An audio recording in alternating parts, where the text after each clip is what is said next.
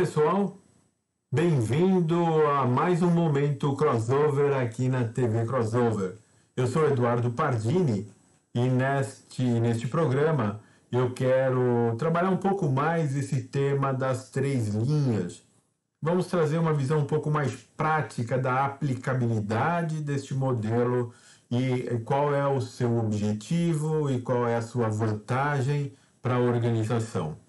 Antes de nós passarmos e começarmos a falar do modelo, eu quero convidá-los a conhecer a Rádio Crossover Brasil. É uma rádio de podcast.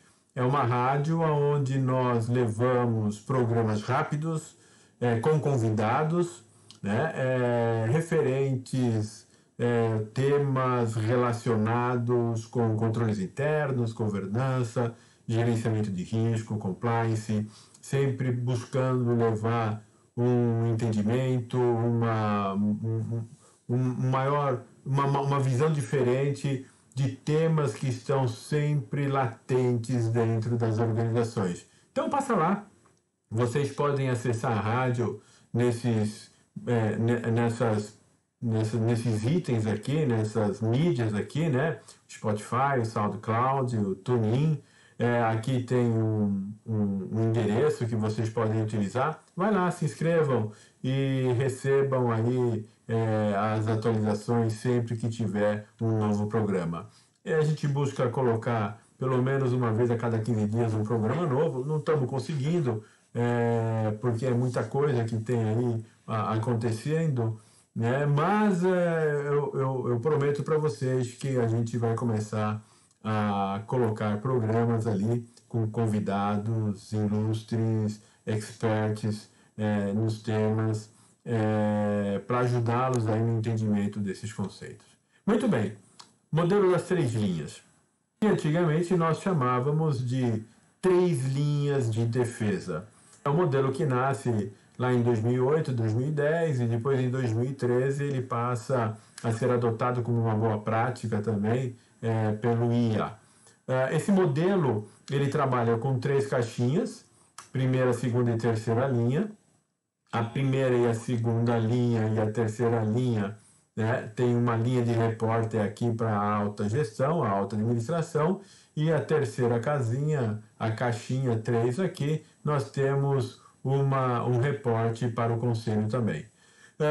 A primeira linha de defesa é o dono do risco, é o dono do controle, é o gestor operacional. A segunda linha de defesa são os especialistas, são os experts, aqueles que estão sendo os facilitadores para que possa haver, então, uma boa gestão realizada e executada pela primeira linha. E a terceira linha, a auditoria interna, que vai fazer uma avaliação independente de todo o processo que está sendo gerenciado pela primeira e segunda linha.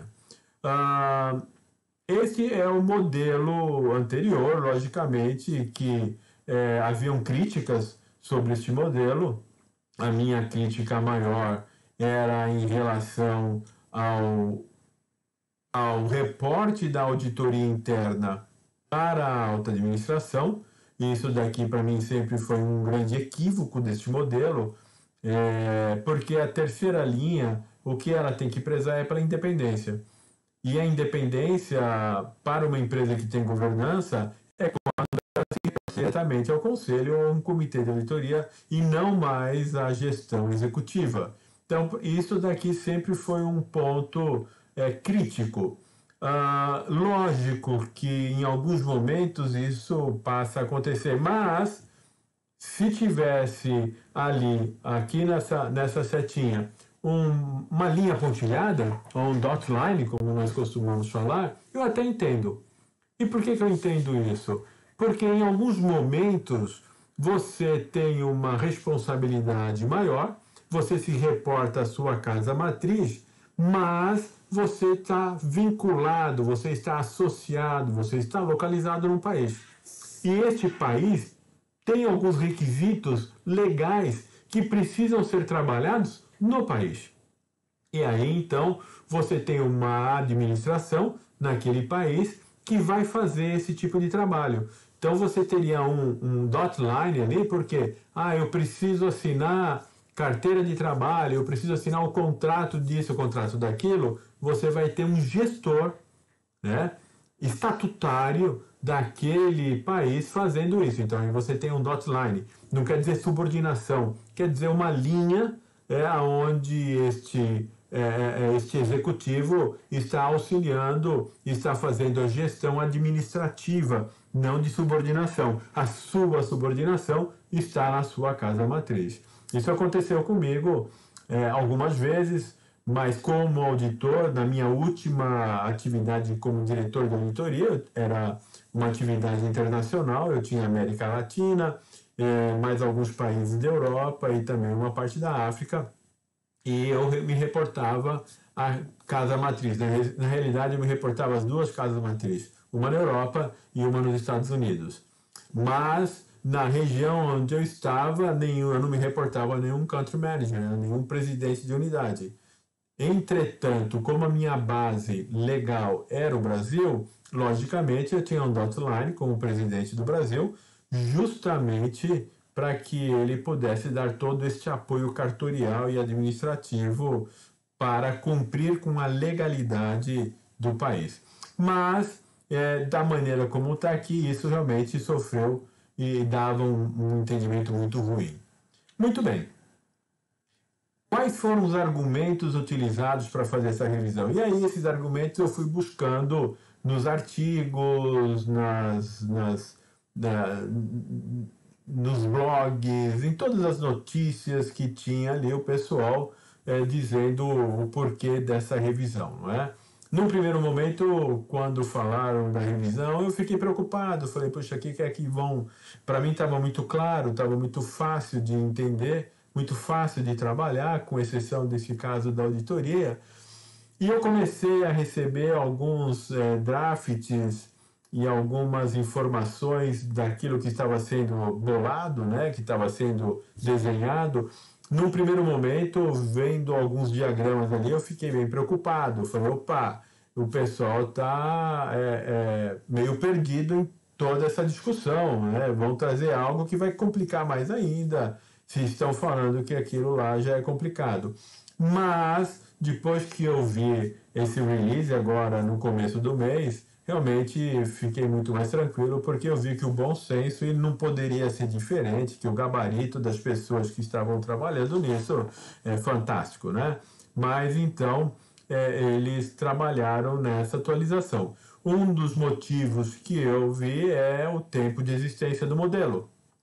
Imaginando que 10, 12, 13 anos não é muita coisa, alguns falam em 20 anos, porque ele veio um pouco anterior, né? Vou trabalhar com os números que eu tenho, com as datas que eu tenho, 10, 12 anos, eu acho que não é muita coisa. Entretanto, neste processo de convergência do mundo físico para o mundo virtual das corporações, essas mudanças todas, eu até concordo que 10 anos hoje em dia é muito tempo, porque as coisas vão mudando a cada momento. A cada momento nós temos coisas novas, coisas que precisam ser trabalhadas. Então, eu entendo que 10 anos, de repente, foi um tempo interessante.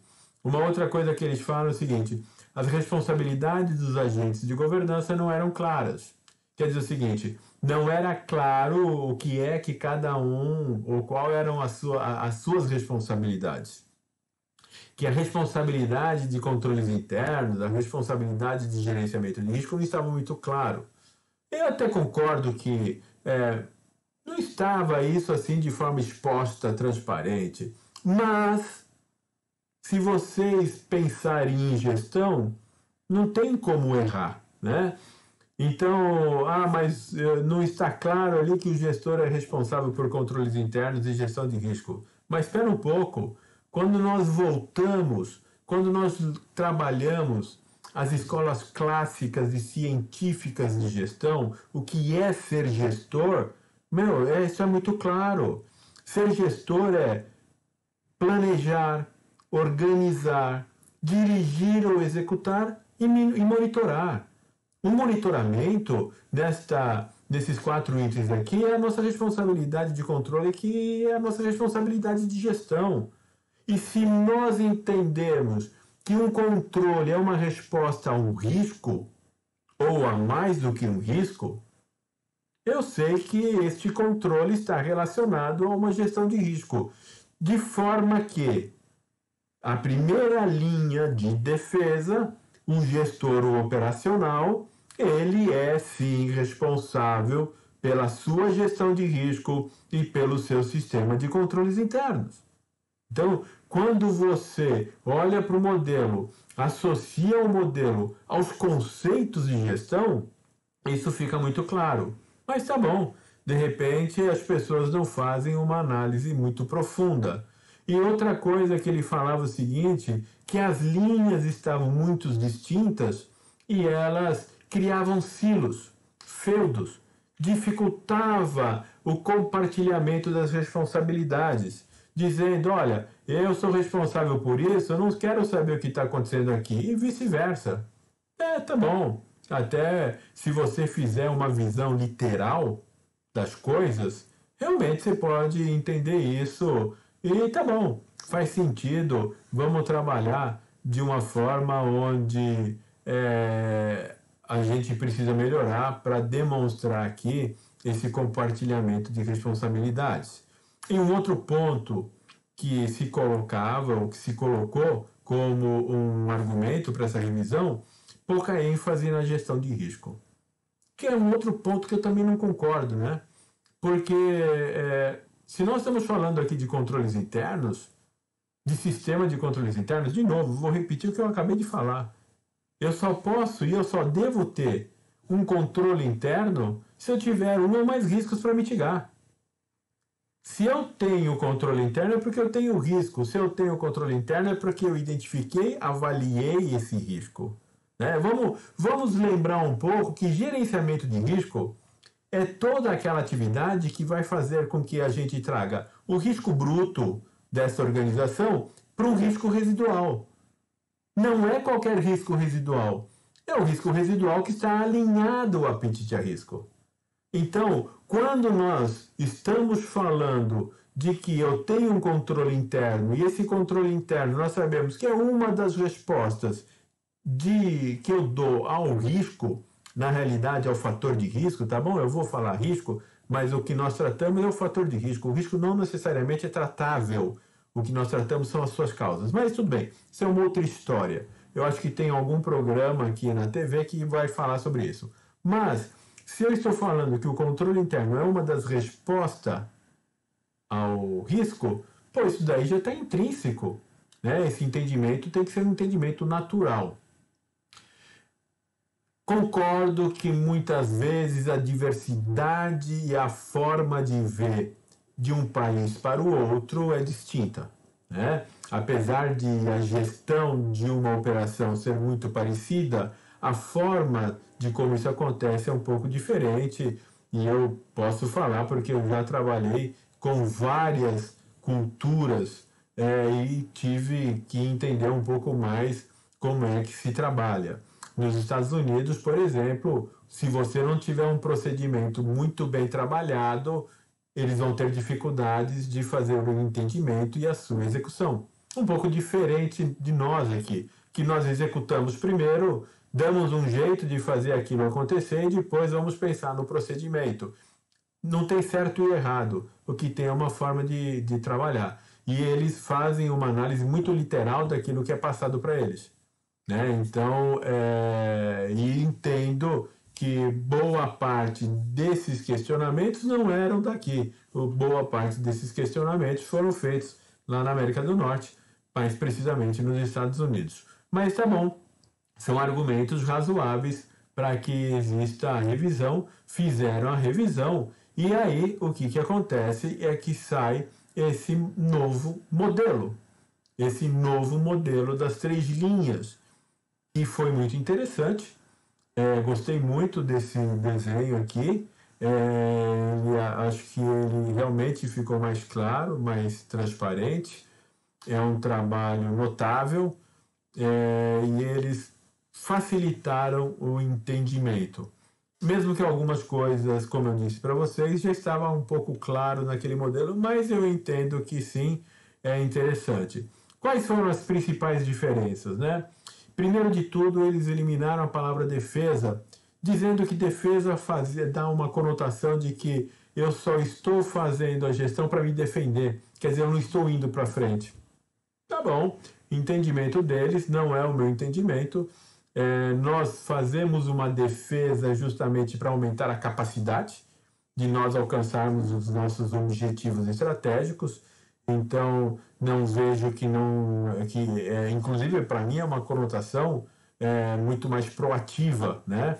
Porque eu estou me preparando, fazendo a minha defesa para poder sair caminhando de uma maneira muito mais protegida, aumentando a minha capacidade de alcançar os objetivos estratégicos. Mas tá bom, eliminou agora a defesa, então agora é só o modelo das 3 linhas.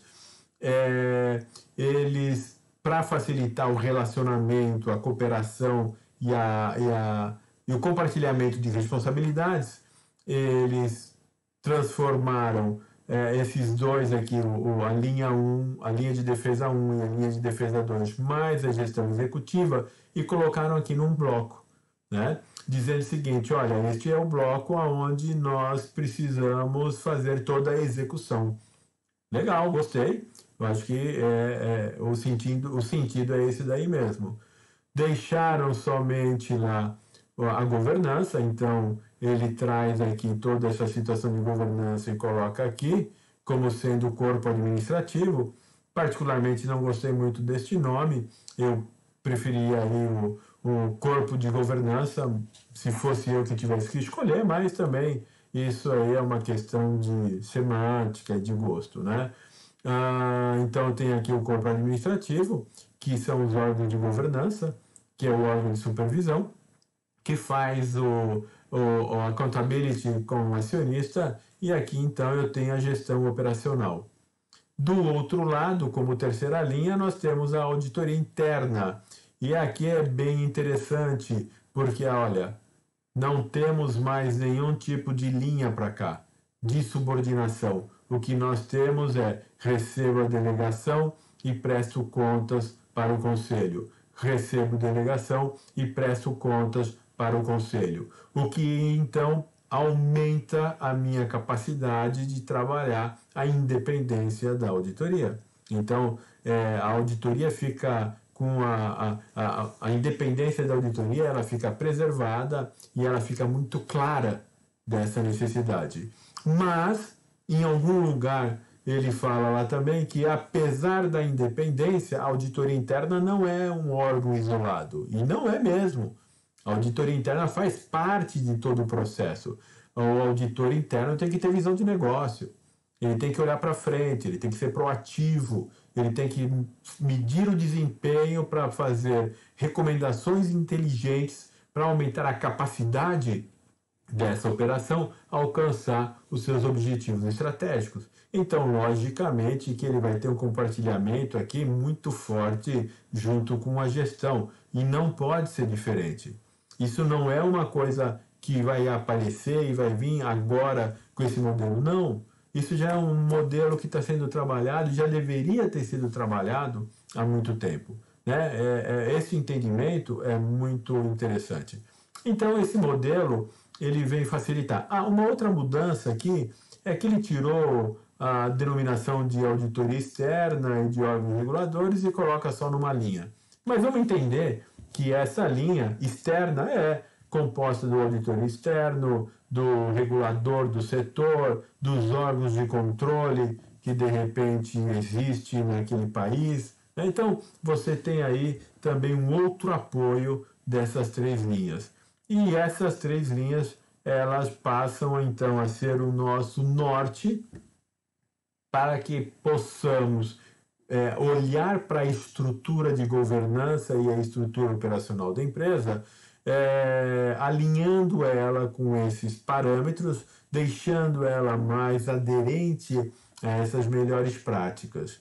Eles lançaram aí 6 princípios que, como lá no COSO, a ideia é nortear o entendimento e facilitar o entendimento, que eu também achei que foi bem interessante.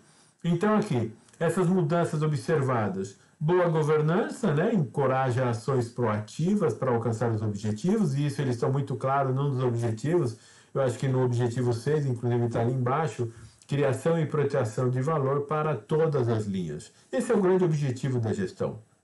Criar valor, mas criar valor e proteger o valor que foi alcançado. Isso tem que fazer parte de todos, inclusive do auditor. E aí a gente vai falar o seguinte: então a auditoria só de conformidade não vai chegar neste ponto. A auditoria de conformidade é uma auditoria reativa, é uma auditoria que olha para o passado e vai apontar os erros. Não é isso que nós esperamos mais do auditor.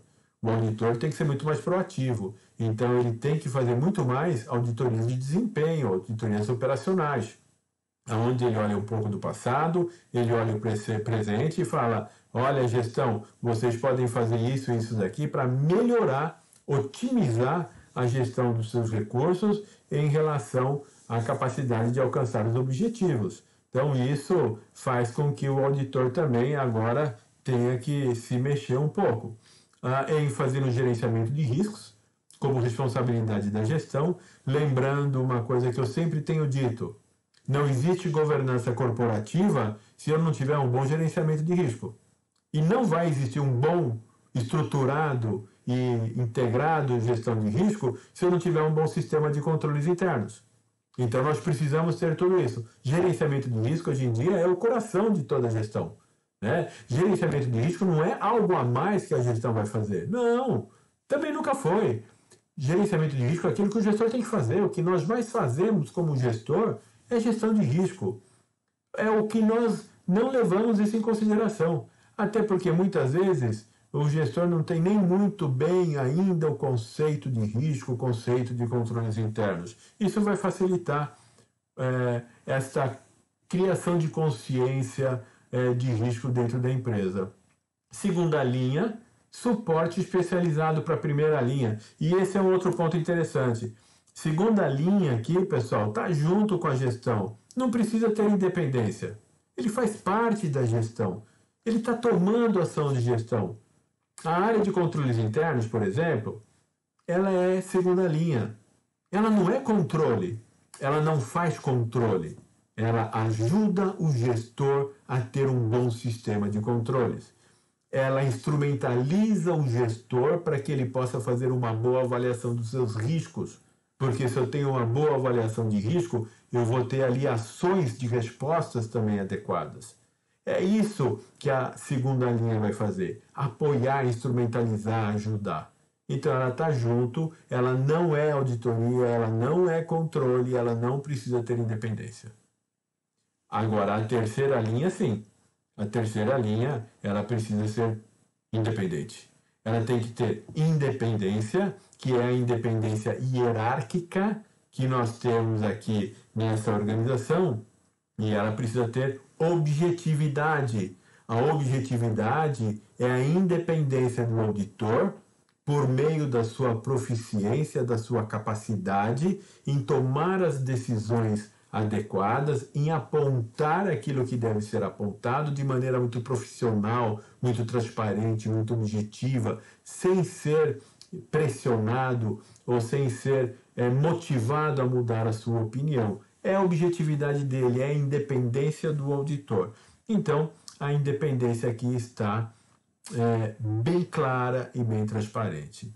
O que, no meu ponto de vista, né, eu acho que isso ainda vai ter algumas discussões, acomoda este tema consultoria na área da auditoria interna, que para mim sempre foi um grande problema, porque alguns buscam dizer que o auditor é consultor, que o auditor tem que estar lá junto com a gestão, ajudando a implementar o gerenciamento de risco, ajudando isso, ajudando aquilo. Não é o que falam as normas de auditoria, tá? Porque as normas são claras. Elas dizem: olha, se aquilo que você for fazer como consultoria impactar a sua independência, opa, avisa a gestão, fala que não pode. E se você tiver que fazer isso por uma obrigação organizacional ou estrutural, tem que deixar muito claro que a tua independência foi impactada e você não vai poder fazer mais um trabalho como auditor lá. Então, eu acho que isto acomoda este tema. Nós somos, como auditor, nós somos consultores até alguns pontos, desde que não impacte na minha independência. Quando nós falamos isso, esqueçam trabalhos de consultoria como se pensa aí na frente. Porque esses trabalhos de consultoria não vão permitir que você seja independente. Né? Um exemplo de um bom trabalho que possa ser consultoria e que não impacta na sua independência é vocês fazerem a sensibilização, a conscientização da gestão através de seminários, através de palestras, sobre o que é controle, sobre o que é governança, sobre o que é risco. Isso é legal, isso é interessante. Vocês vão agir muito mais como consultor, fazendo recomendações inteligentes para melhoria, para o aperfeiçoamento, para a otimização da utilização dos recursos. Aí sim vocês estão cumprindo com o seu papel de consultor na auditoria. Mas então eu acho que só isso daqui, e deixando muito claro em alguns princípios sobre a independência, joga aí uma pá de cal nessa discussão infundada sobre consultoria. É uma maluquice, né? Mas tudo bem, faz parte do amadurecimento de um processo, de uma governança, ou quiçá de uma atividade como auditoria. Como é que nós olhamos, então, essas três linhas dentro de um contexto corporativo?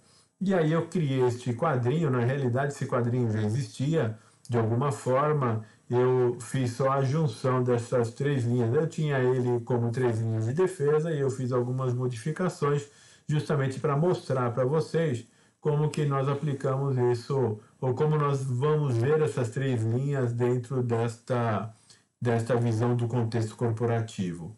Então, o que nós temos aqui? Nós temos a organização como um todo, então sendo o acionista e aqui o conselho. Depois eu tenho toda a parte de execução. A parte de execução eu tenho a primeira linha, que não é mais de defesa, vai ser difícil parar de falar de defesa, mas a primeira linha, que é a linha de gestão, onde eu tenho a gestão executiva mais a gestão operacional. Eu tenho a segunda linha relacionada diretamente com apoio para a primeira linha, e eu tenho a terceira linha aqui, que colabora e que se reporta ao processo de governança. Só para vocês entenderem um pouco esse contexto corporativo. Inclusive, se vocês quiserem, lá na nossa plataforma de EAD, nós temos um curso gratuito que é justamente sobre olhar este contexto corporativo dentro da governança corporativa, que a gente vai falar disso com um pouco mais de detalhe. Vai lá na nossa plataforma da Crossover Business School, e que vocês vão ver e vocês vão poder cursar este cursinho aí, tá bom? Mas aqui, só para nos entendermos, toda empresa tem uma missão. A missão é o marco legal da empresa, né? A missão da empresa é como é que ela vai criar valor às partes relacionadas. Que isso é o ponto básico de toda organização. Eu tenho a missão. A partir do momento que nós temos a missão, eu vou criar objetivos estratégicos que estejam relacionados aqui à missão. O primeiro risco que eu tenho dentro de uma entidade é desses objetivos estratégicos não estarem relacionados à missão. Na realidade, são três pontos que nós precisamos ver. Se aquele objetivo estratégico se relaciona, alinha, se está alinhado com a missão, se ele está alinhado com a missão e se ele está alinhado ao apetite a risco, e se ele está alinhado com a missão, está alinhado com o apetite a risco, se a empresa tem fundos para fazer com que ele seja executado. Senão, não tem necessidade. Mas eu já preciso fazer esse alinhamento. A partir do momento que nós temos objetivos estratégicos aqui, eu preciso de uma estrutura organizacional. Essa estrutura organizacional, ela existe para que nós possamos conduzir todos os nossos esforços e ações e os recursos em direção para a estratégia da empresa. Nós temos 4 tipos de recursos: recursos financeiros, recursos humanos, recursos de tecnologia e recursos materiais, que precisam ser otimizados, porque são recursos finitos. Então, eu preciso otimizar esses recursos de forma em que eu possa realmente cumprir com aquela taxa de retorno ou até melhorar a taxa de retorno sobre o investimento para o acionista. Então, eu vou ter uma estrutura organizacional. Essa estrutura organizacional, hoje em dia, nós observamos e trabalhamos por meio de processos. Não me interessa mais os departamentos. O que me interessa e o que deve interessar dentro de uma empresa é justamente os seus sistemas, os seus processos, os seus ciclos de negócio. Então, assim, eu tenho um ciclo de negócio, esse ciclo de negócio é segmentado por processos e esses processos são segmentados por transações ou atividades. Então, eu tenho aqui os meus processos operacionais relacionados aos objetivos estratégicos. Esses processos operacionais têm os seus objetivos. Os objetivos estratégicos já são objetivos. Se nós temos objetivos, nós temos riscos de não alcançar o objetivo. Risco está sempre relacionado ao objetivo. Então, eu tenho o risco de não alcançar o objetivo. Se eu tenho o risco de não alcançar o objetivo, eu preciso fazer a minha gestão de risco. Gerenciamento de risco corporativo nada mais é do que você ter um processo para identificar o risco e as suas causas. E uma vez que eu identifico o risco e as causas, eu preciso fazer uma avaliação desses riscos. Eu preciso conhecer o risco bruto. Como que eu faço isso? Fazendo uma multiplicação entre a probabilidade e frequência de ocorrência com o impacto que ele vai trazer para a organização. São 2 métricas que nós precisamos ter dentro desse processo de gerenciamento de risco. A partir do momento em que nós fazemos isso, eu conheço o risco bruto. Eu conheço esse risco bruto e comparo com o meu apetite a risco. Se ele estiver além do meu apetite a risco, eu preciso dar uma resposta, eu preciso tratar. Se ele estiver igual ou abaixo do meu apetite a risco, eu preciso monitorá-lo. Agora, se ele estiver muito abaixo do meu apetite a risco, pode ser aí que exista uma oportunidade de vocês alavancarem novas possibilidades e oportunidades de se alcançar os objetivos estratégicos. Então, essa é a visão da gestão de risco. Nós trabalhamos com 4 camadas de gerenciamento de risco. O risco inerente, que é o risco que está relacionado aos objetivos do processo, o risco da tecnologia aplicado ao processo, e o risco da tecnologia basicamente é consistência, integridade, confidência dos dados e das informações que são transacionadas, além do risco de recuperabilidade dessas informações. Aí nós temos o risco de fraude. Fraude é um evento em crescimento em todas as organizações, então ele está lá. E eu tenho o risco de compliance. O risco de compliance é o risco de eu estar executando alguma tarefa de forma não conforme com a lei que me rege essa atividade. Aí eu tenho o risco de conformidade. São 4 camadas de risco. A partir do momento em que eu conheço, então, este processo, tenho o risco, a magnitude do risco, eu faço as minhas respostas, e uma dessas respostas é a de mitigação, né? Nós temos 4 respostas para o risco. Eu posso aceitar, eu posso compartilhar, eu posso evitar e eu posso mitigar. Operacionalmente falando, quando nós falamos em mitigar o risco, nós estamos falando de um controle interno. Um controle interno que vai dar resposta à probabilidade. E o controle interno, ele é muito mais efetivo quando eu trabalho com probabilidade. Porque eu posso ter um controle que vai detectar que e aí eu vou ter que buscar amenizar o impacto. Quando eu estou falando em amenizar o impacto, eu estou falando de um plano de contingência. Então são coisas distintas, mas são processos mitigatórios do risco. Na hora que eu faço isso, então eu estou aumentando a minha capacidade. Isso daqui é responsabilidade da gestão, pessoal. O gestor operacional, ele tem que conhecer o seu processo, o gestor operacional, ele tem que conhecer os riscos do seu processo, o gestor operacional, ele tem que dar a resposta a esse risco, né? Ele é responsável pelo sistema de controles internos. O que faz a segunda linha de defesa aqui? A segunda linha de defesa é especialista que vai dar todo o apoio para o gestor fazer tudo isso. Ter governança, fazer o seu gerenciamento de risco e ter um sistema de controles internos.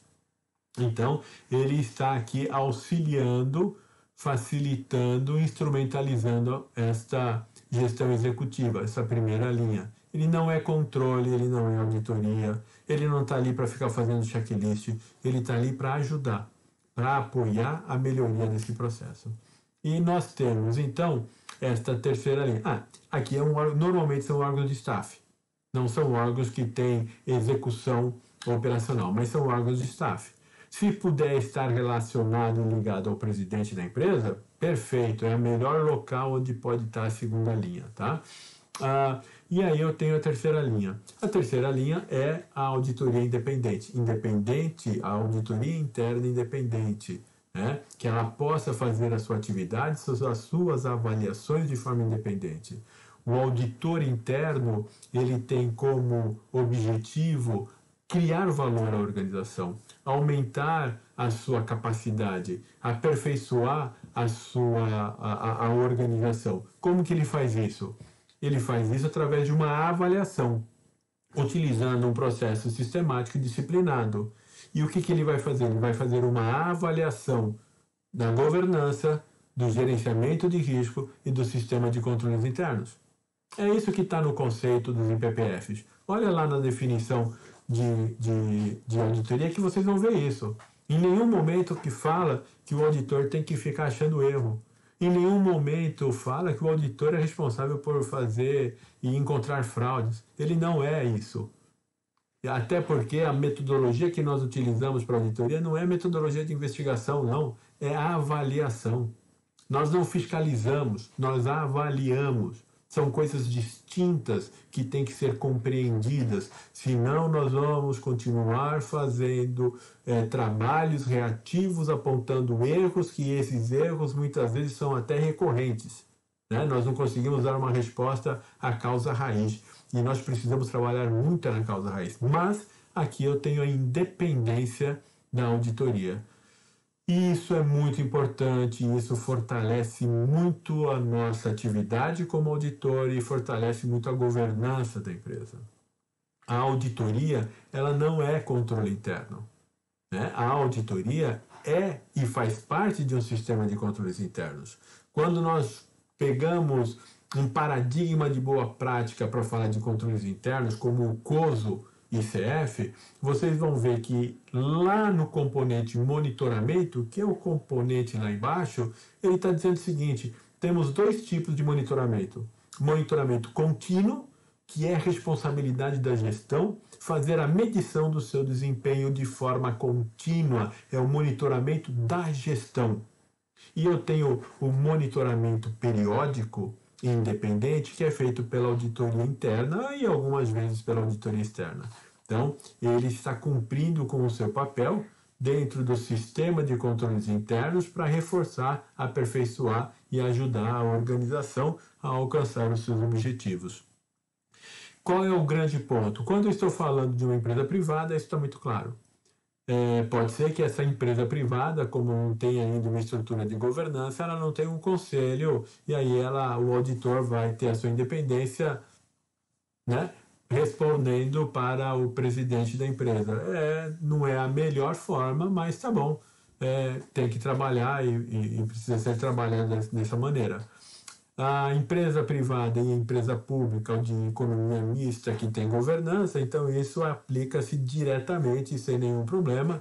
Inclusive a Lei 13.303 e a Instrução Normativa número 1 para as entidades federais deixa muito claro e ajuda e apoia este modelo. Qual que é o grande desafio? O grande desafio é na entidade pública que não é uma empresa, né? A entidade pública que é uma administração direta ou indireta, aonde não tem essa estrutura de governança. Aí sim, este modelo vai ter dificuldade de ser aplicado dessa maneira, porque não vai haver a independência da auditoria. Normalmente, o núcleo de auditoria se reporta ao diretor-geral, aquele que tem a responsabilidade sobre aquela entidade. E a sua independência fica prejudicada. Mas é um desafio que tem que ser trabalhado e é o único local que eu vejo onde este modelo vai precisar de uma adaptação para poder ser aplicado. Do mais, ele é aplicável em grande maioria das organizações e eu vejo que isso vai facilitar muito a vida daqueles que precisam explicar o porquê de toda essa independência. Muito bem, nós chegamos ao fim. Esses são os pontos que eu queria tratar com vocês. É uma visão minha, lógico, não é? Então, fiquem à vontade de fazer os comentários se vocês quiserem. Vocês conseguem aqui ter os nossos contatos, tem aqui nas mídias também. Podem mandar e-mail, podem me acionar por LinkedIn, por Facebook. Nossa, tem N maneiras de me encontrar. Eu acho que é importante que nós possamos fazer esse bate-papo e vamos amadurecendo todas essas ideias, né? E agradeço muito vocês.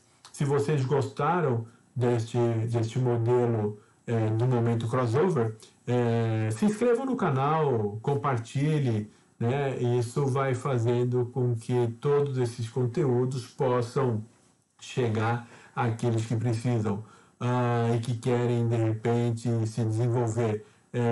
São informações que estão aí na web e vocês podem utilizar da maneira como vocês quiserem, tá bom? Então, muito obrigado e eu vejo vocês no próximo Momento Crossover, tá certo? Até mais e seja feliz!